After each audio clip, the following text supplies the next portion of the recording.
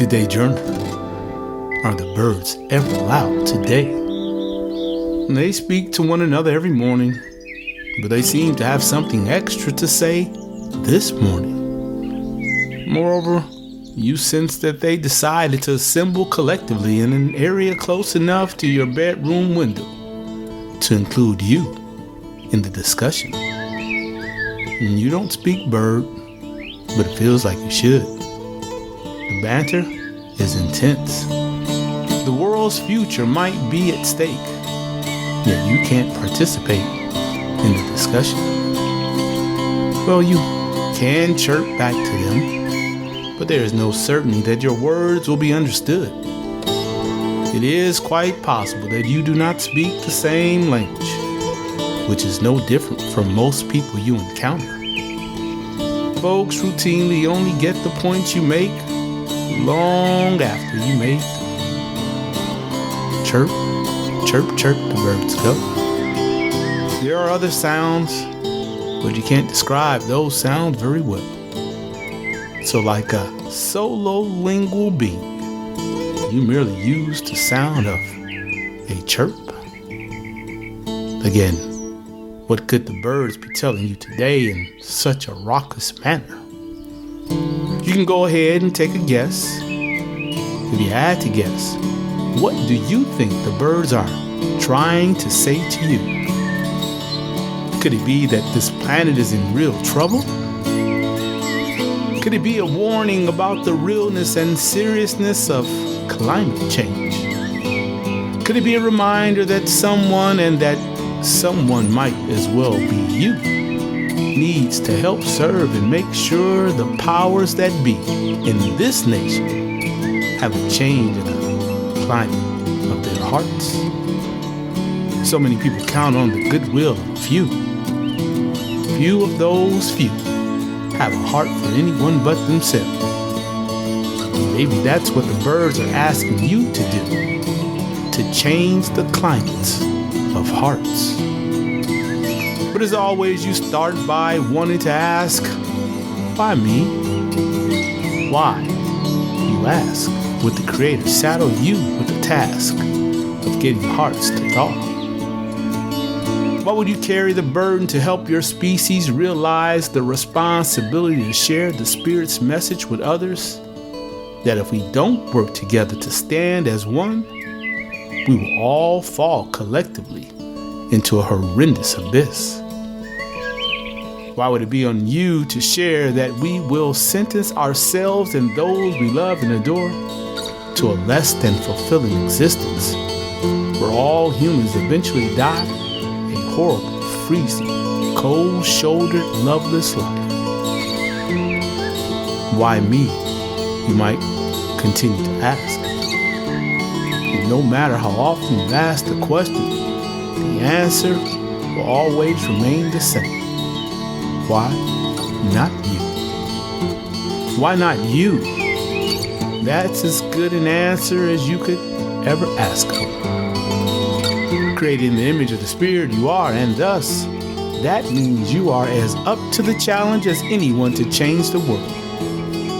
You have everything that anyone else made in the image of God has and needs. And you must be a catalyst for spreading the message the bird shared this morning. Knowing that humans are the only hard-headed creatures roaming Earth is sometimes humorous. Although the life forms are humble, obedient, and have the good sense to do what the source created them to do. Birds fly, and they chirp. They do as the Spirit made them to do. They do not swim, and they do not bark. Birds chirp and fly. Some chirp louder than others, and some fly higher than others. Still, all birds do precisely what the divine designed them to do. They do not deviate from the plan. They do their job.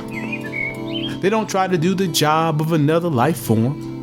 Each one of them, day after day, does their part to make the great circle of life great. But those darn humans, well, we don't function as intended.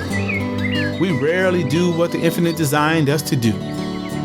Historically, the beings who received power and dominion over the earth hardly ever tended to the planet in the way they needed to survive. We hardly do anything that isn't in our narcissistic self-interest. Collective goodwill be damned. Ours is a dog-eat-dog. It's just me, myself, and I world. We cannibalize and devour those very people whom we need to survive, who, in the eyes of the highest, are the salt of the earth. We are so busy proclaiming we are making something like some nation great again that we make life worse for those we think of as the least of us, who are most often the best of us humans. So maybe that's what the birds tried to tell you today, that you don't have to be like the rest of your kind. Perhaps they were telling you that you can be like them. Hey bird, you still consider yourself an eagle. Is that not correct? Perhaps your kind, the birds, spoke to you so vociferously this morning because they know you are an eagle. Today, eagle, as you understand the birds say, be better than you were yesterday. Please continue to improve in all ways and in all things. Be a great human. Do the job that the divine assigned you in the great circle of life. That's the message for today. That's the theme of your life. Indeed, it's been the theme for many years. Do your job to leave the planet better than it was when you arrived. Do your job to live up to your unlimited God-given potential. Do your job to maximize the time and energy undeservedly gifted you to live your life with joy on purpose. Years ago, you were not a serial best-selling author and renowned global public intellectual. You were not in the best shape of your life some time ago. Back then, you were not financially free. You owed others, and you had no clue that your actions showed you were okay with owning others. And what seems like a lifetime ago, nothing about you appeared wise. Today, however, everything is different. You live as you always imagined because you understood what the birds reminded you about this morning. Life is about continuous improvement, not meant to be lived resting on your laurels is your life. Life is about taking the gift of now to work in the present to improve with every second God bequeaths. Today, improve the way you walk and the way you talk. Today, improve the way you laugh. Laugh louder and more hysterically than ever. Today, improve the way you love. Starting with the love of your maker and your neighbors. Make incremental continuous improvement. Love with all your heart, mind, and soul. Show others in words and deeds the God-like outward manifestation of love. And today, love your life. Love this day in the spirit the birds spoke to you this morning. Love your life loudly and proudly like the birds express outside your window this morning. In every way humanly possible, continuously seek ways to be better.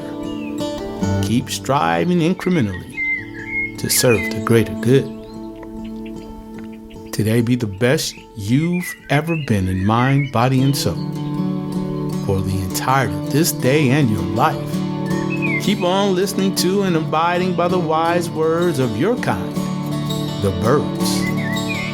Strive for continuous self-improvement in all ways and in all moments, for as long as you shall live. Reflect and write. Today, Nate shares a message that comes from a group of unlikely messengers, birds. Their message for Nate was intended to help him start the day focused on his purpose, changing the climate of people's hearts. Those birds who are doing exactly what the divine created them to do: fly, chirp, and be great birds. Are you like the birds? Are you doing exactly what the divine created you to do? Did you awake today focused on being a great human? Do you even know what that entails?